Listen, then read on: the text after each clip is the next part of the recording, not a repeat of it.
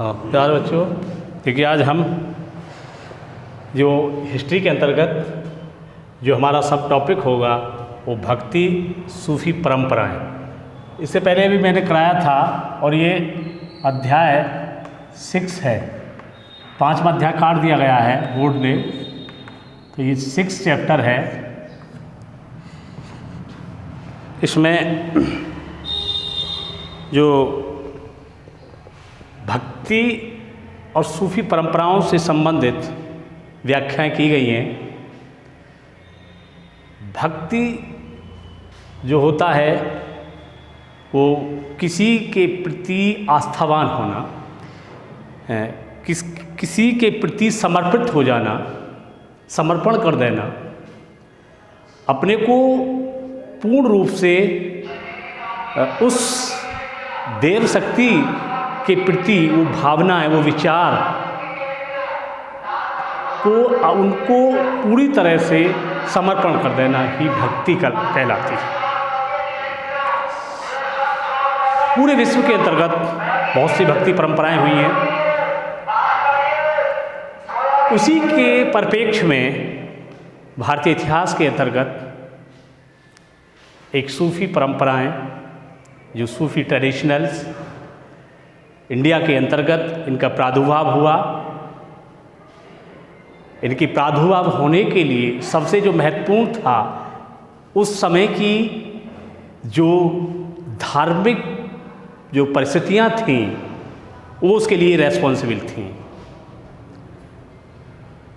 उस समय भक्ति का जो भक्ति लोप रूप में लोप हो चुका था भक्ति का, और वो दूसरे प्रकार की भक्ति थी।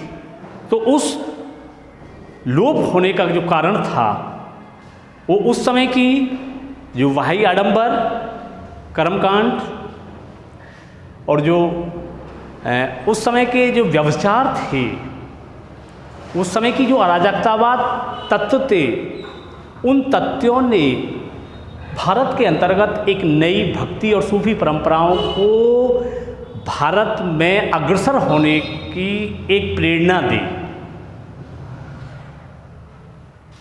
सूफी परंपराओं के अंतर्गत जो सूफी है, अब यहाँ हम बताएंगे पहले कि सूफी क्या है। सूफ शब्द कहाँ से आया है? ये सूफ शब्द अरब से आया है और सूफी का अर्थ होता है, जो सूफ एक प्रकार से ऊन होता है, जो ऊन है जो अरबी भाषा के अंतर्गत उसको जैसे ऊन मुलायम होती है, उसी प्रकार से सूफी लोगों की आत्माएं और उनका हृदय उसी प्रकार से मुलायम, उदार, लचीला, फ्लेक्सिबल होता है। तो सूफी भारत के अंतर्गत सूफी परंपराओं का आने का जो मेन रीज़न था वो ये था कि यहाँ पर जाति भेदभाव, भाषावाद, क्षेत्रीयवाद, सांप्रदायिकतावाद, ऐसी कठिन से कठिन ध्रुव जो विचार थे वो यहाँ पर पनपे हुए थे। तो उन ऐसी विचारधाराओं को समाप्त करने के लिए भारत के अंतर्गत सूफी लोगों का प्रादुर्भाव हुआ, अवतरित हुआ। भारत के अंतर्गत जो सूफी सिलसिले अर्थात सूफी संप्रदाय अर्थात सूफी विचारधाराएं अलग अलग रूप में जन्मी। अबुल फजल ने अपनी पुस्तक जो अकबरनामा, जो उन्होंने एक पुस्तक लिखी आईने अकबरी, उसमें 14 सूफी सिलसिलों का वर्णन किया है कि भारत के अंतर्गत उस समय 14 सूफी सिलसिले थे। आईने अकबरी जो मुग़ल साम्राज्य का गजेटियर है, आईने अकबरी एक महत्वपूर्ण ग्रंथ है जो अबुल फजल द्वारा लिखा गया था। अबुल फजल ये अकबर के दरबार में एक महत्वपूर्ण रतन के रूप में जाने जाते थे। इन्होंने एक पुस्तक लिखी और इसमें सूफी परंपराओं का वर्णन किया। उन्होंने कहा कि भारत के अंतर्गत 14 सूफी सिलसिले हैं सूफी सिलसिले अर्थात संप्रदाय, यानी ये 14 जो सूफी सिलसिले हैं और इनका एक अलग अलग मंतव्य है, वक्तव्य है, जो एक अपनी रचनाओं के माध्यम से जनता को अपनी तरफ अट्रैक्टिव करते हैं, आकर्षित करते हैं। भारत के अंतर्गत जो मेन 4 सूफी सिलसिले हुए, जिसका नाम है नंबर 1 चिश्ती सिलसिला, चिश्ती सिलसिला।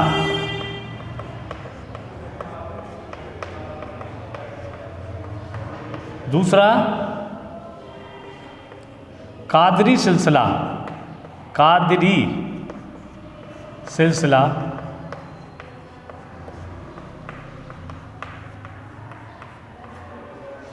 दूसरा जो सिलसिला था सुहरावर्दी सिलसिला, सुहरावर्दी सिलसिला।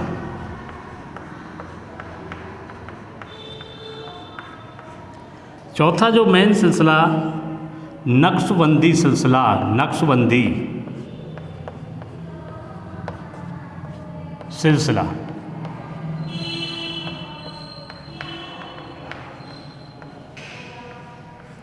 तो भारत के अंतर्गत ये महत्वपूर्ण सिलसिले थे। ये जो सिलसिला था उत्तर भारत में था, ये उत्तर भारत में, ये दक्षिण भारत में, ये उत्तर और दक्षिण भारत में था।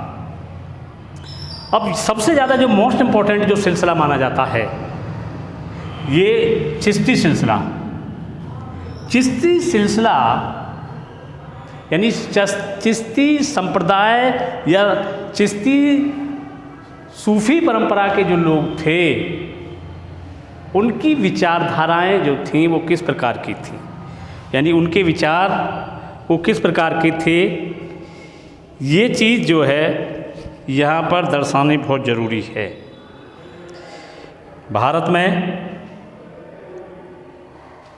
चिश्ती सिलसिला मोहम्मद गोरी ने भारत पर जब आक्रमण किया था, मोहम्मद गोरी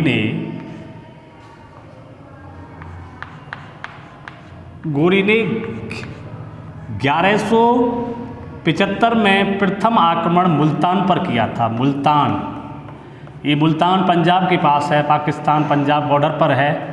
तो यहाँ पर जब ये आक्रमण किया तो इनके साथ ही जो एक बहुत ही चिश्ती सिलसिले के जिनका नाम था ख्वाजा मोइनुद्दीन चिश्ती, ख्वाजा मोइनुद्दीन चिश्ती, मोइनुद्दीन चिश्ती, ये सूफी संतों में बहुत ही महत्वपूर्ण माने जाते हैं और ये इनके बहुत ही करीबी थे। इनके दरबार में रहते थे गोरी के में, लेकिन जब मोहम्मद गोरी इंडिया से वापस गया तो ख्वाजा मोइनुद्दीन चिश्ती इनके साथ नहीं गए और ये इंडिया में ही रहने लगे और इंडिया में इन्होंने अजमेर को अपना वो बनाया निवास स्थली, अजमेर, और अजमेर में ही इनकी दरगाह है। अजमेर, इन्हें नवाज गरीब के नाम से भी जाना जाता है। इनके जो शिष्य थे और इनके जो गुरु थे, जो ख्वाजा मोइनुद्दीन चिश्ती के जो गुरु थे वो हारूनी थे, हारूनी, हारूनी। और इन्होंने गुरु की आज्ञाओं का पालन किया, क्योंकि गुरु एक संसार का एक महत्वपूर्ण एक होता है और उन्हीं से उन्होंने पूरी शिक्षा दीक्षा ग्रहण की और बताया कि एक सूफी के लिए उसका सबसे महत्वपूर्ण जो भाग होता है वो होता है मानवता की सेवा। इससे बड़ी संसार की और कोई पुण्य धर्म नहीं है, मानव की सेवा सबसे बड़ी सेवा होती है। तो इसलिए जितने भी सूफ़ी हुए उन्होंने मानवता को अपनी पहली प्राथमिकता बनाया। यानी इनका एक अपना कोई वो नहीं होता था, वजूद नहीं होता था, इनकी अपनी कोई संपत्ति नहीं थी, अपना कुछ नहीं था। इनका तो सारा जो जीवन था, इनका जो शरीर था, वो दूसरों के लिए न्यौछावर था। तो इस प्रकार से ख्वाजा मुइनुद्दीन चिश्ती की बात भारत के अंतर्गत और भी सूफ़ी हुए जिनके महत्वपूर्ण, जो बख्तियार काकी का नाम सुना हो, बख्तियार काकी। इससे पहले जो बाबा फरीद हुए, बाबा फरीद के शिष्य बख्तियार काकी थे। इसके बाद बख्तियार काकी,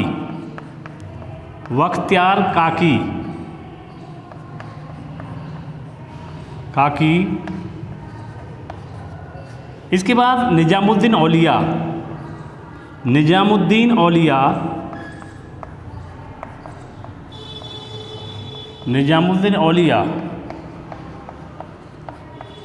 इनके बाद नासरुद्दीन चिराग ए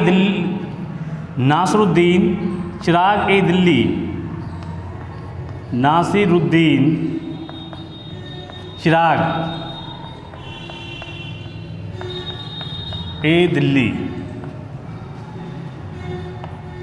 जो चिराग दिल्ली की जो स्थापना की गई है, वो नासरुद्दीन चिराग जो चिश्ती थे उनके नाम से की गई है।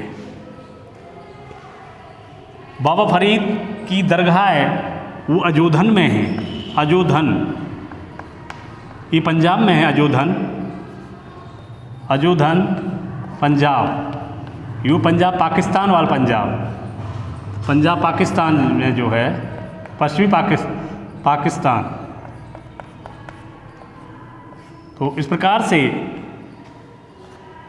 बख्तियार काकी ये कुतुबुद्दीन ऐबक के बहुत ही करीबी थे और कुतुबुद्दीन ऐबक इनसे बहुत ही संपर्क और इनसे बहुत ही घनिष्ठ प्रेम करते थे। एक बार बख्तियार काकी ने कहा कि एक ऐसी मस्जिद हो जिससे कि वहाँ से इजारत, वहाँ से अल्लाह को इबादत की जा सके। तो इस प्रकार से बख्तियार काकी की स्मृति में कुतुबुद्दीन ऐबक ने 1206 में कुतुब मीनार का निर्माण प्रारंभ किया। बख्तियार काकी की स्मृति में बख्तियार काकी ने ही इनको इस बात के लिए कहा था। इसको पूर्ण जो है इल्तुतमिश ने किया, लेकिन इसके बाद इसकी जो मंजिल टूट गई थी कुतुबुद्दीन ऐबक की, कुतुब मीनार की, तो उसको जो पूर्ण कराया था वो फिरोज़ तुगलक ने, अर्थात कुतुबुद्दीन ऐबक द्वारा बनाई प्रारंभ की गई कुतुब मीनार का निर्माण कई शासकों द्वारा पूर्ण कराया गया था, जिसमें कुतुबुद्दीन ऐबक, इल्तुतमिश, अलाउद्दीन खिलजी, फिरोज़ तुगलक और सिकंदर लोदी द्वारा इसमें कुछ कार्य किए गए। ये 5 मंजिलें तो इस प्रकार से ये महत्वपूर्ण मानी जाती है। निजामुद्दीन औलिया एक ऐसे सूफ़ी हुए कि जिनका महत्वपूर्ण योगदान,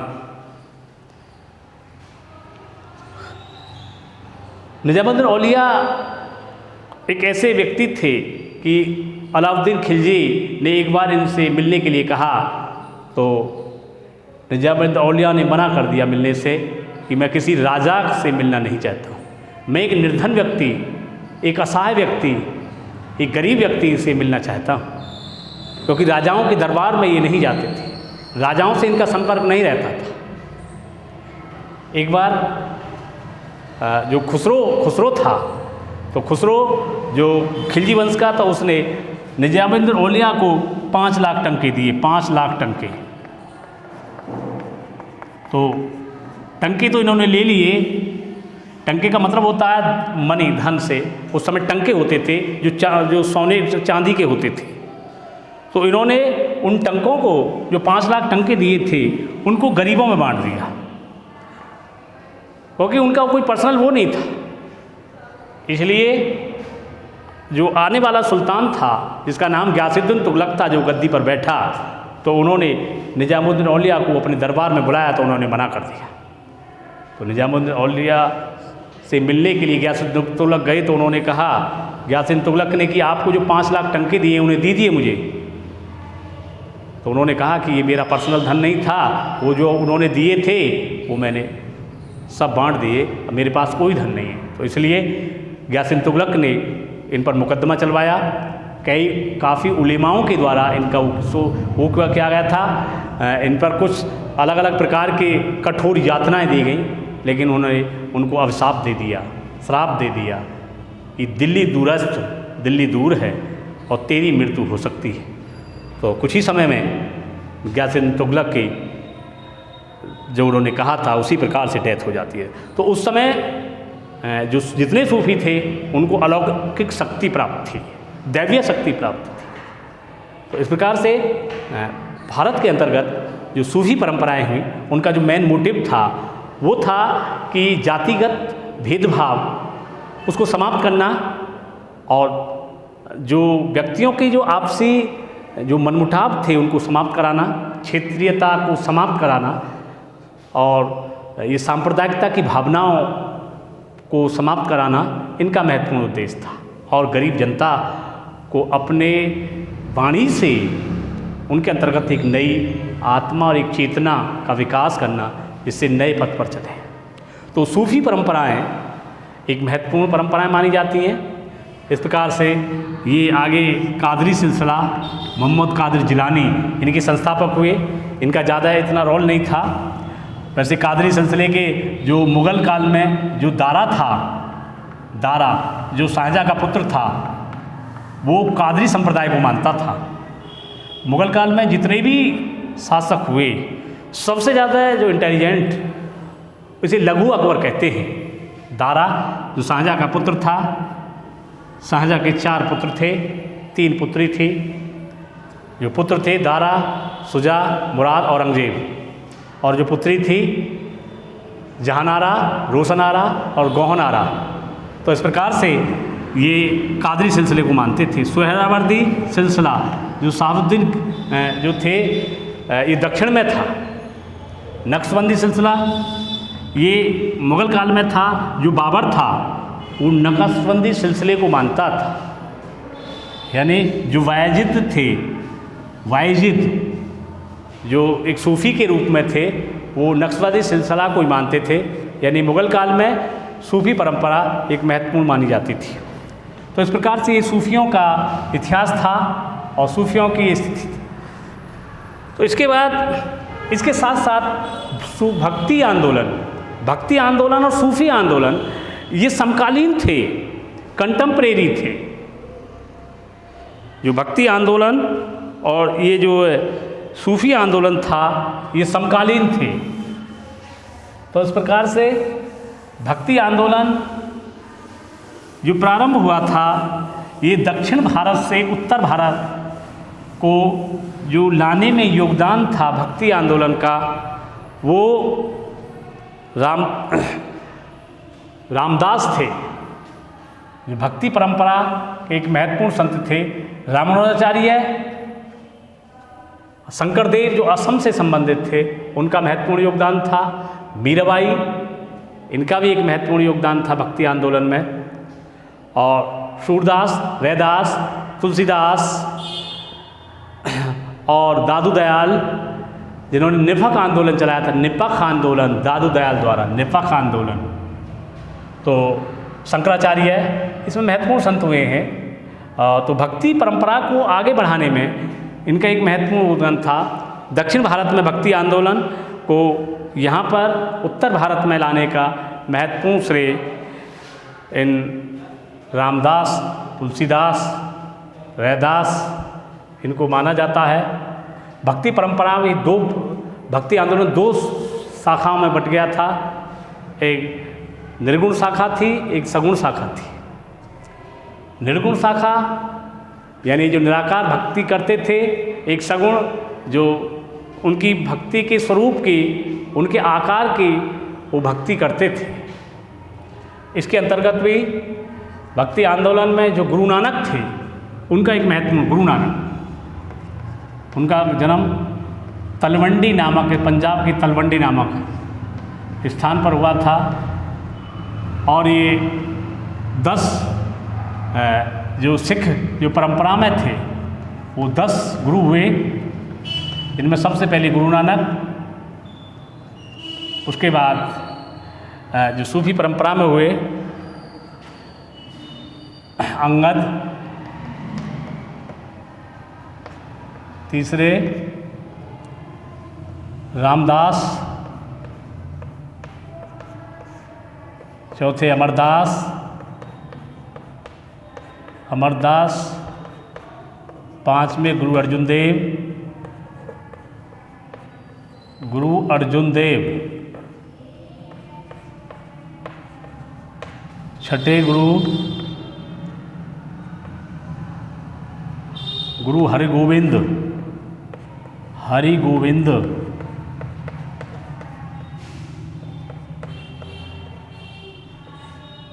सातवें गुरु हरराय,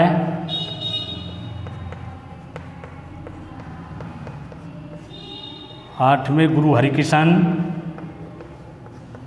हरिकिशन, नौवें गुरु तेग बहादुर,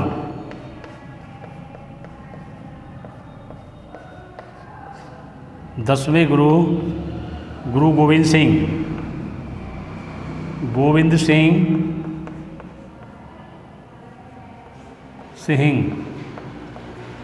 इनके बाद इनका शिष्य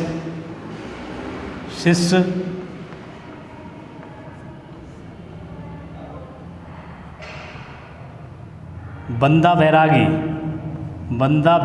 ये लास्ट में हुआ है बंदा बैरागी, जिसका नाम लक्ष्मण देव था, लक्ष्मण देव। तो इस प्रकार से ये भक्ति आंदोलन में सिख परंपरा का भी एक महत्वपूर्ण योगदान था। तो ये 10 गुरु हुए, इनका एक महत्वपूर्ण योगदान है। उसी प्रकार से भक्ति आंदोलन में जो संत थे, जिसमें रामानुज,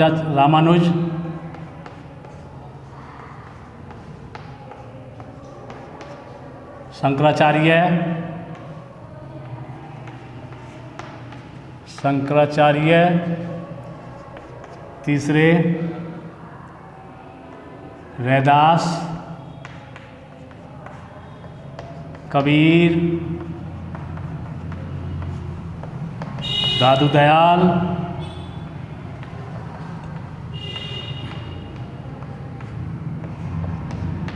तुलसीदास,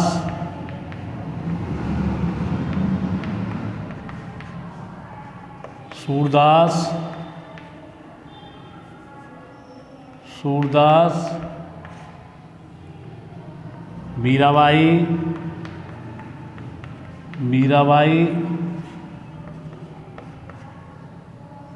आत्माराम, तुकाराम,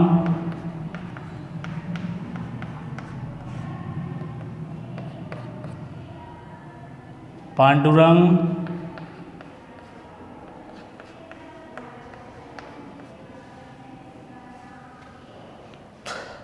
शंकरदेव,